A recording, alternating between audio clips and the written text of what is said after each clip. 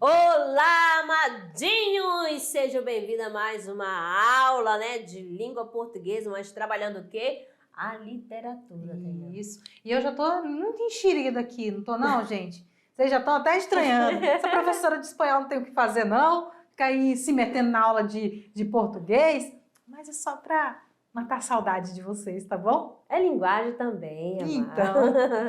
É da área. Então vamos lá para a nossa aula 56.1, trabalhando o modernismo, a segunda e terceira gerações. Contexto histórico, principais características, autores e obras. Aqui no texto nós temos o texto atual, que fala sobre a afirmação ou negação da autoestima entre os brasileiros. Então, antes de a gente começar a nossa aula sobre o modernismo, vamos lá, né? Para um tema que pode cair na redação. Com certeza. Autoestima, substantivo feminino, qualidade de quem se valoriza, se contenta com seu modo de ser e demonstra, consequentemente, confiança em seus atos e julgamentos. A definição do início do dicionário, a definição do dicionário parece limitar-se ao âmbito do indivíduo, mas a palavra autoestima já há algum tempo é associada a uma necessidade coletiva. Por exemplo, nós brasileiros precisamos fortalecer nossa autoestima. Nesse caso, a satisfação com o nosso modo de ser como povo nos levaria à confiança em nossos atos e julgamentos. Mas talvez seja o caso de perguntar: não são nossos atos e julgamentos que acabam por fortalecer ou enfraquecer a nossa autoestima como indivíduos ou como povo? Tema a estudar para se obter uma redação nota 1000, galera. É isso aí. Olha só, a imagem de estudo, ó. A doença do século. Vamos puxar um pouquinho do século XXI. O que está acontecendo com a moçadinha? Não falo nem só com a moçadinha, no geral, né? Depois daquele período que a gente ficou de isolamento social, aí parece que... tudo desandou. Exatamente. Os medos, as preocupações, tudo tomou uma dimensão totalmente maior. Exato. Então a gente tem muitas depressões, muitas pessoas ansiosas, o nível de ansiedade, crises de pânico aumentaram consideravelmente. E aí com isso vem também a não confiança em si, né? A insegurança, né? Isso. A autoestima fica em baixa, você se olha no espelho e às vezes nem se olha, né? Não consegue se ver. Mas é um momento que a gente precisa ter também uma mudança na nossa mentalidade. Às vezes até é necessário se desligar, né? Porque a sociedade impõe um tipo padrão. Exato. E mexe com o psicológico de qualquer um. Principalmente dos nossos jovens, né? Exatamente. Por isso, não estou na moda e vou continuar não estando. Eu tenho meu próprio estilo, não é mesmo? Cada um eu cria me amo o seu. como sou. Exatamente. Mas vamos lá para nossa literatura, né? Vamos para o modernismo, gente. Vamos parar de falar de coisas assim e depois a gente conversa mais. Se deixar, a gente conversa a tarde toda. Segunda fase do modernismo no Brasil. Conhecida como fase de consolidação da modernidade e didaticamente está compreendida em um período de 15 anos, que entre o ano de 1930 a 1945.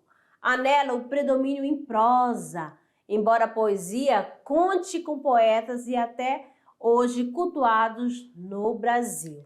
Então, a primeira fase ela vai ter a predominância em todas as áreas artísticas, né? Exato. Já a segunda fase, ela vem mais voltada para a prosa. Então, nós temos aqui, ó, que se destacaram Carlos Drummond de Andrade, Vinícius de Moraes e Cecília Meirelles. Amados, a gente trouxe aqui alguns, né? Alguns poemas, alguns textos, né? Temos aqui Mão Dadas. Ó, nesse texto aqui de Carlos Drummond de Andrade, Ó, preste atenção, tudo. O que está acontecendo nesse período? Ó? 1930 a 1945. Lembra lá da aula de história? O que acontece no mundo, no Brasil? Então vamos lá, mão dadas. Não serei o poeta de um mundo caduco. Também não cantarei o mundo futuro. Estou preso à vida e olho meus companheiros.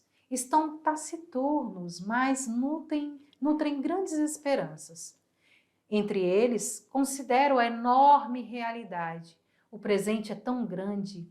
Não nos afastemos muito. Vamos de mãos dadas. Não serei o cantor de uma mulher, de uma história. Não direi suspiros ao anoitecer, a paisagem vista na janela. Não distribuirei entorpecentes ou cartas de suicida. Não fugirei para ilhas, nem serei raptado por serafins. O tempo é a minha matéria, o tempo presente, os homens presentes, a vida presente. Então, este poema aqui, esse texto, trata-se de uma apologia à utopia da solidariedade, né, humana em tempo de conflito.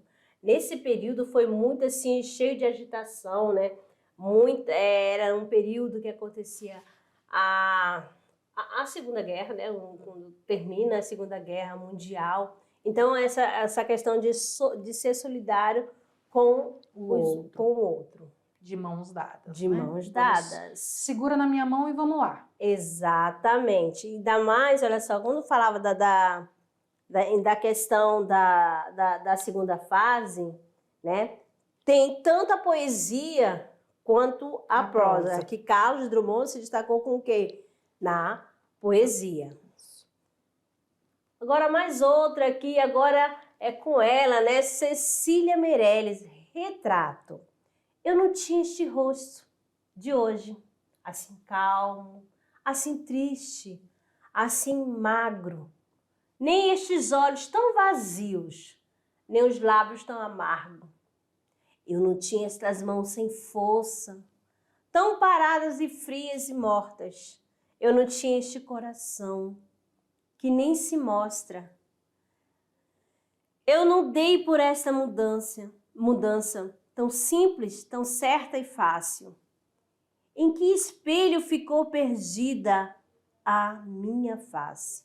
Então, Antologia Poética de Cecília Meirelles. Que profundo, né? Esse retrato. Muito profundo. Então, aqui, qual é a temática trabalhada, né? Essa questão aqui retoma temáticas comuns à literatura dos períodos mais sombrios. É um momento em que ela se olha e diz assim, que momento que eu dormi, né?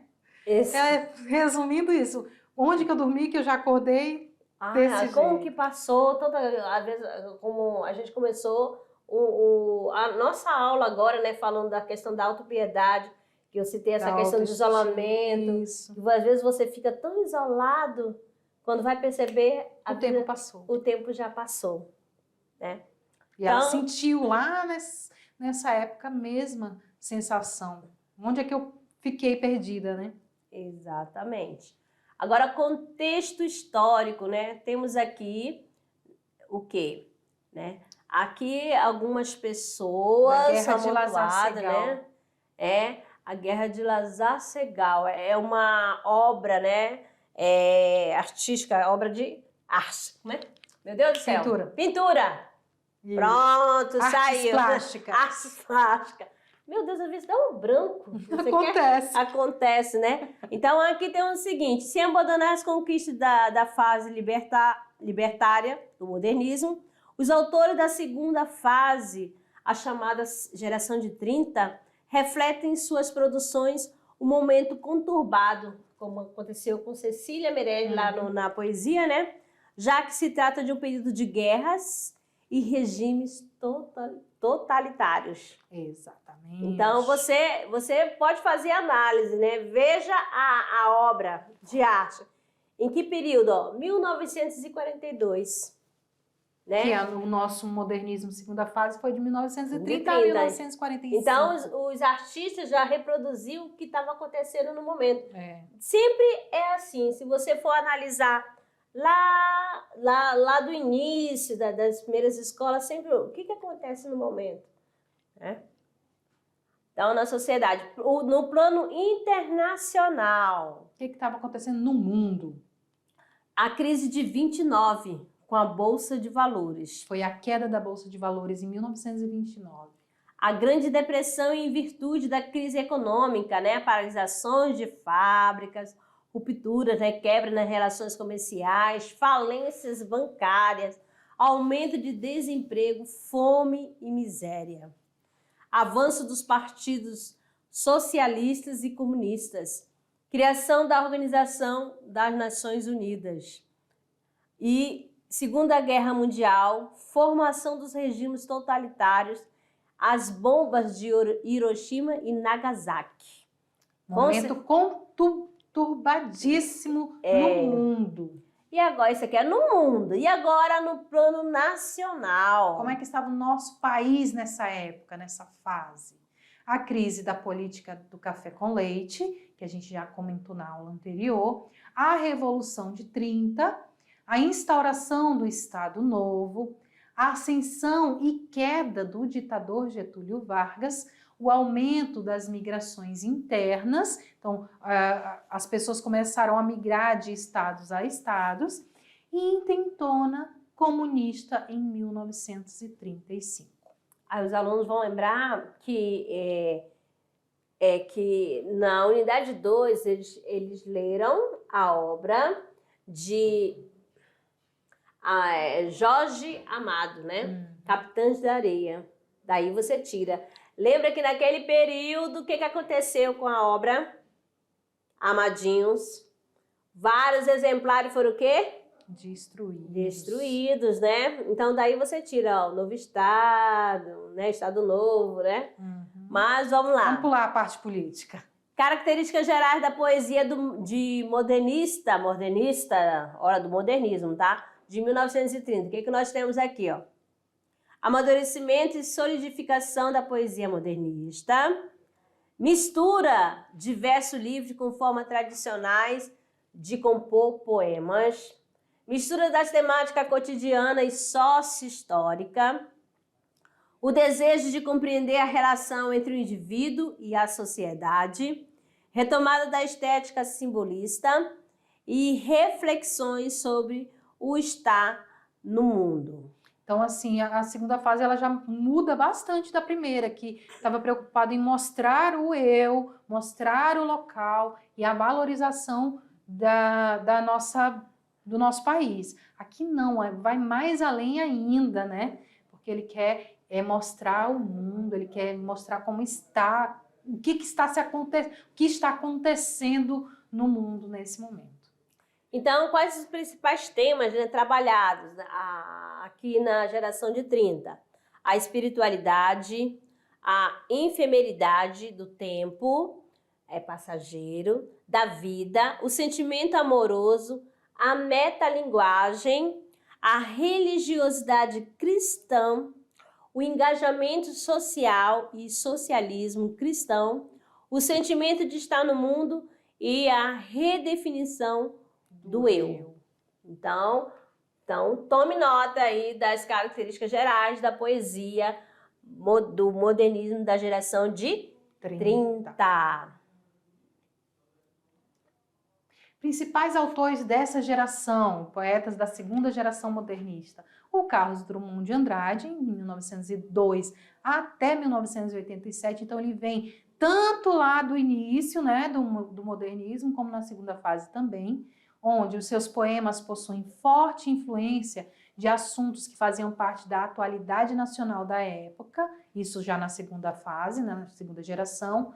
Sua poesia reproduziu o mundo, principalmente os contextos da Segunda Guerra Mundial e da Guerra Fria. Então, tanto que dali no poema já diz um pouquinho, percebeu, né? Mãos dadas. Agora, ela, Cecília Meirelles, né? De 1901 a 1964. Cecília Meirelles partiu cedo, né? Partiu. A maioria dos artistas, né? Se eu não estiver enganada, Mário morreu com 52 anos. Muito novo. Muito jovem mesmo. Então, vamos lá. Com forte influência da psicanálise e da temática social, Cecília Meirelles é considerada uma das maiores poetisas brasileiras. Desse período, destacam-se as obras Batuque, Samba e Mucamba, de 1933, A Festa das Letras, de 1937, e Viagem, 1939. E o Jorge de Lima, 1893 a 1953, chamado de Príncipe dos Poetas, o Jorge de Lima foi escritor e artista plástico. Na poesia de 30, colaborou com as obras Poemas, de 1927, Novos Poemas, em 1929, e o Acendedor de Lampiões, em 1932. O seu poema mais conhecido é Essa Negra Fulô, 1928, no qual se registram as relações do senhor do engenho com as suas escravas. A linguagem valoriza a coloquialidade. E a gente tem aqui também o Murilo Mendes, amadinha, que foi quem? Um dos escritores que teve uma forte influência do surrealismo da Europa, podendo ser notado em seu livro Poemas, publicado em 1930 e um dos pioneiros da segunda etapa do movimento modernista. O poeta consegue transitar entre a sátira e o poema piada, chegando ao estilo oswaldino de Oswald de Andrade, né? Além disso, Murilo também oferece algumas vezes uma poesia de cunho religioso e social. Além de Murilo Mendes, temos aqui um muito famoso, conhecidíssimo, né? É Vinícius de Moraes, né? 1913 a 1980. Então, foi outro grande destaque da poesia de 30, compositor, diplomata, dramaturgo e poeta. Publica em 1933 seu primeiro livro de poemas, Caminho para a Distância. Em 1936, seu longo poema, Ariana, a Mulher. Temas relacionados ao cotidiano e ao relacionamento amoroso. Oralidade maliciosa. A poesia varia da passagem do metafísico para o físico, do espiritual para o sensual, do sublime para o cotidiano, retomando sugestões românticas, como a lua, cidade e samba. Tome nota, amadinhos. Temos aqui mais, né? As principais autores da geração de 30, mas agora, ó, falamos da poesia, né? Agora vamos pra prosa. Da prosa. Na prosa aparece o neorrealismo, narrativas denunciadoras da realidade sociocultural, o novo realismo no Brasil. Sobretudo, os nordestinos fizeram sucesso junto aos leitores. O neorrealismo regionalista e social, representado pela obra de José Américo de Almeida, seu romance A Bagaceira, de 1928, é considerado um dos marcos iniciais da prosa modernista, juntamente com Macunaíma, de Mário de Andrade, publicado no mesmo ano. Raquel de Queiroz, Armando Fontes, Jorge Lins Rego, Graciliano Ramos, Jorge Amado e entre outros também são autores dessas prosas dessa geração. Como Érico Veríssimo, trabalha temas como em Clarissa e registram o início da narrativa da análise psicológica e que nesse período ganha um corpo com Graciliano e Raquel de Queiroz. Aparecem os romancistas José Lins Rego, Raquel de Queiroz, Graciliano Ramos e Jorge Amado no Nordeste.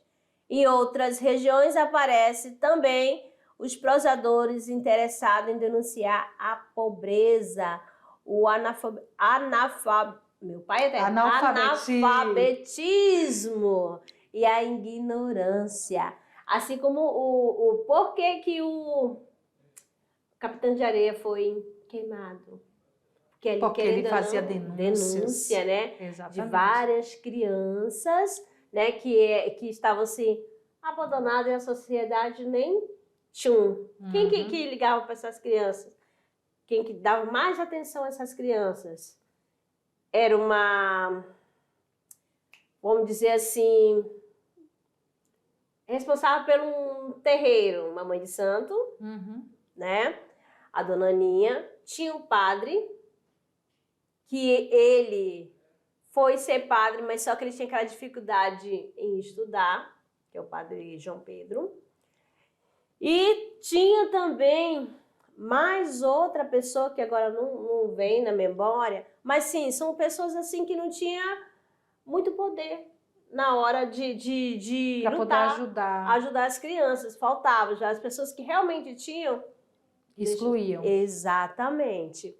Então, quando falando dos improsos, temos aqui, ó, quais são, ó, que se destacaram? Capitães da Areia, né? Capitães da Areia, de Jorge Amado. São Bernardo, de Graciliano Ramos.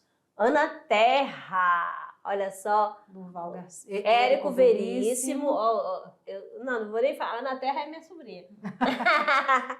Aí Fogo Morto, de José Lins Rego. Tem o 15, né, de Raquel de Queiroz. Tem os Ratos. Aqui são várias obras, né? A Bagaceira, Vidas Secas. Vários livros, Amadinho, para você pegar. Ó, vou lá para debaixo da mangueira. Pronto. Nessa semana eu leio esse daqui. Raquel de Queiroz. Olhar os lírios do campo é lindíssimo. Exatamente. Então, estende-se de 1930 a 1945, sendo um período rico na produção poética e também na prosa. Então, houve tanto produção na parte da poesia quanto na prosa. E quando você lê, tiver a oportunidade de ler outros livros que vocês já viram, alguns aqui como Capitães da Areia, você vai ver tudo que é denúncia, é a realidade, o que se passava naquele período. A partir de agora, vocês sabendo essas características, vocês também vão conseguir identificar dentro da leitura. E vai facilitar. E isso facilita até na hora de identificar. Você vai lendo e vai identificando as características. Quais são as características que tem nesse livro o 15? Fala de quê? Trata-se de quê? Fogo Morto. Então você vai pegando, né? Ah, ele é da segunda geração, por quê? Exatamente. Então, vamos dar sequência aqui, amados. A segunda versão da minissérie, O Tempo e o Vento, baseado na obra de Érico Veríssimo, né? Retrata as questões políticas sociais do Rio Grande do Sul. Então, aqui tem até essa série aqui, dá para você pesquisar aí nas redes, se quiser. Essa série... Ó, como é que é o nome do ator, gente? Estava aqui na minha... Tarcísio? Não é o Tarcísio, não. Esse é o... Tony Ramos? Não, é mais novo. Ah, sim, O Tempo e o Vento. Eu esqueci. Tiago Lacerda. Isso, Tiago Lacerda. Tiago Lacerda, olha aí, demorou. Ali, ó, na Guerra de Farroupilha, tem a série A Casa das Sete Mulheres, que vai retratar bem esse momento também. Exatamente. Então, várias obras que estão aí na telinha, ó. Telinha que eu falo assim, ó, na TV aberta, né? TV aberta, nos streams também, nas redes, na internet, enfim. Você consegue encontrar. Então, principais autores e obras. Então, nós temos aqui José Américo de Almeida, né? De 1887 a 1980, com a Bagaceira. O Graciliano Ramos, em 1892 a 1953, com Vidas Secas. José Lins do Rego, de 1901 a 1957, com O Menino de Engenho. A Raquel de Queiroz, de 1910 a 2003, com 15. Jorge Amado, 1912 a 2001, foi importante na prosa regionalista e urbana com seus romances. Lembrando que Jorge Amado tem várias obras que inspiraram telenovelas. Muitas novelas. Exatamente, e séries também. Isso. Então temos a obra de 1931, O País do Carnaval, que relata a vida de um intelectual brasileiro e suas considerações sobre o carnaval e o tema da mestiçagem. Cacau, de 1933, né, ambientado na fazenda de Cacau, relata a vida e a exploração dos trabalhadores. E o famosíssimo Capitães de Areia, de 1937, um romance urbano que retrata a vida de meninos abandonados em Salvador. Muito bem. Agora o modernismo no Brasil, terceira geração. Isso, já passamos pela primeira, segunda e chegamos na terceira, que acontece a partir de 1945 e vai até o final da década de 50. Seus prosadores estão voltados para aflições do ser humano atual e os temas como solidão, angústia, algumas alegrias interiores e busca de respostas do mundo são seus preferidos. Pensando no contexto histórico, o que estava acontecendo nesse momento? É um período menos conturbado em relação às outras duas gerações. A gente pode dizer que era o período mais calmo, né? É a fase da redemocratização do país, visto que em 1945 termina esse tão falado Estado Novo, que durou de 1937 até 45, que foi implementado pela ditadura de Getúlio Vargas.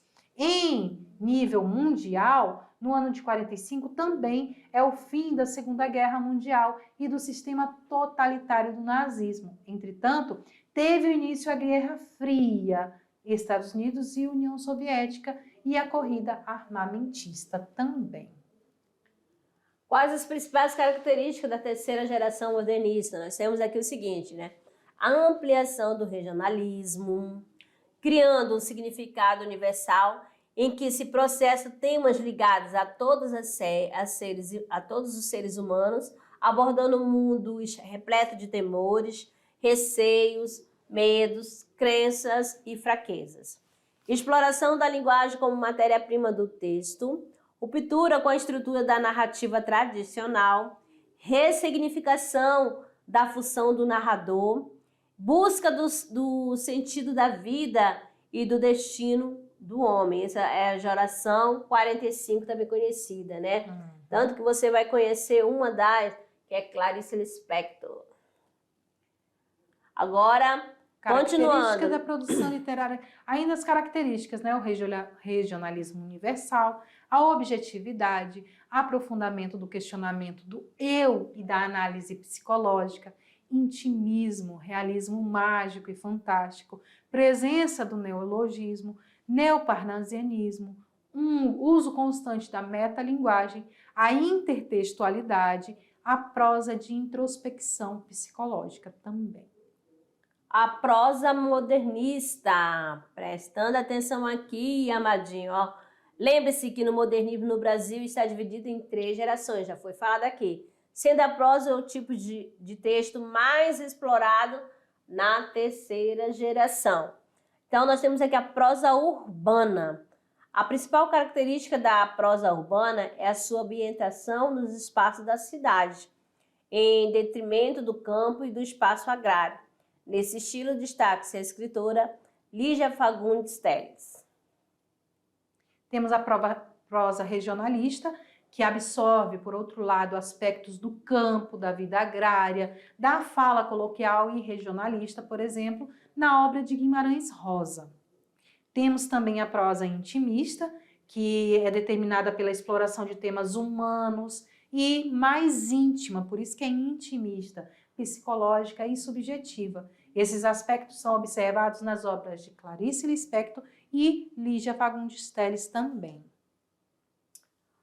Aqui nós temos o seguinte, Clarice Lispector faz parte da geração 45, né? Era de 1920 a 1977.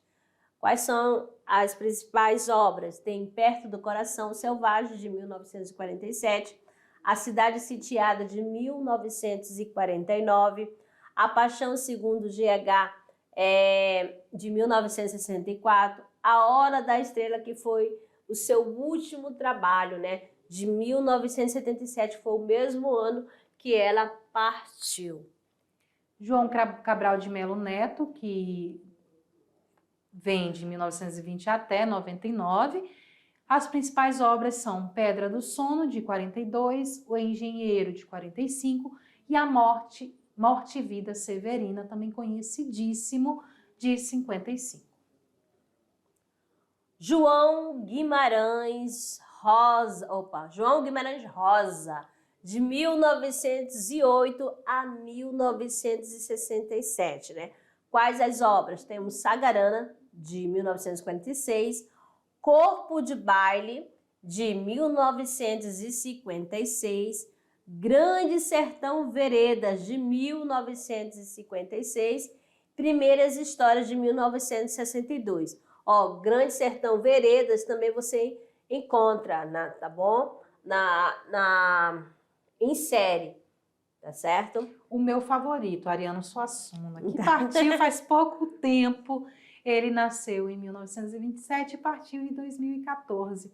Ele escreveu romances, peças de teatro e poesias dos quais se destacam Os Homens de Barro, de 1949, Alto, do João da Cruz, de 1950, que depois virou um livro, O Pagador de Promessa, O Rico Avarento, 1954, que junto desse Rico Avarento se juntou o Alto da Compadecida e fizeram o filme O Alto da Compadecida, de 1955.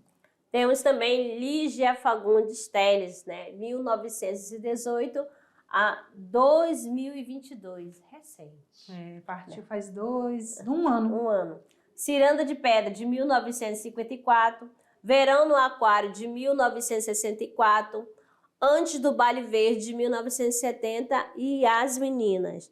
Então, uma observação que eu quero deixar aqui, né, é que a Clarice Lispector, né, a autora da Hora da Estrela, né, ela não era brasileira, amadinhos.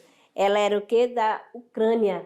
Mas só que ela veio bem bebezinho pra cá. Naquela época lá das imigrações. Né? Então veio com a família para o Brasil quando ainda era recém-nascida, passou a infância no Nordeste, né? E aos 12 anos seguiu para o Rio de Janeiro. Depois de cursar Direito, casou-se com um diplomata, viajou por vários países. Fazem parte da sua obra, além de contos, crônica, literatura infantil, romance consagrado, como Perto do Coração Selvagem, que eu já havia dito, que foi de 1943, A Paixão Segundo GH e Hora da Estrela, que foi a sua última publicação. Isso. Aí a gente também tem o João Cabral de Melo Neto, que nasceu em Pernambuco, mas passou quase a maior parte da vida dele no exterior, por conta da profissão de diplomata, que a gente viu que ele era diplomata. O país que mais marcou a vida e obra do poeta foi a Espanha. Tanto é que ele fala dela em vários modos e em seus versos, conhecido como poeta engenheiro. Constrói sua poesia com uma rigorosidade que vai desde a escolha das palavras, a preferência por elementos mais concretos, até a organização dos livros em si. O auge rigor cabralino é o livro A Educação pela Pedra, de 1966. A seguir, um trecho, O Engenheiro. Então, vou ler para vocês um pedacinho. Só um pedacinho. Acho que dá tempo. A luz, o sol, o ar livre, envolvendo o sonho do engenheiro. O engenheiro sonha coisas claras, superfícies tênues, um copo de água. O lápis, o esquadro, o papel, o desenho, o projeto, o número. O engenheiro pensa um mundo justo, mundo que nenhum véu encobre. Então você pode ver que ele usa muitas coisas concretas, né? Coisas que a gente pode tocar na poesia dele também. Então, você já sabe, né, que nessa terceira fase, conhecida como Geração 30, tem tanto na poesia, né, quanto a prosa. Beleza? Amados, chegamos, né, no momento da nossa aula, finalizando. Daqui a pouco a gente retorna para a nossa revisão do modernismo da segunda e terceira gerações ou fase. Beleza? Nos Até vemos. lá!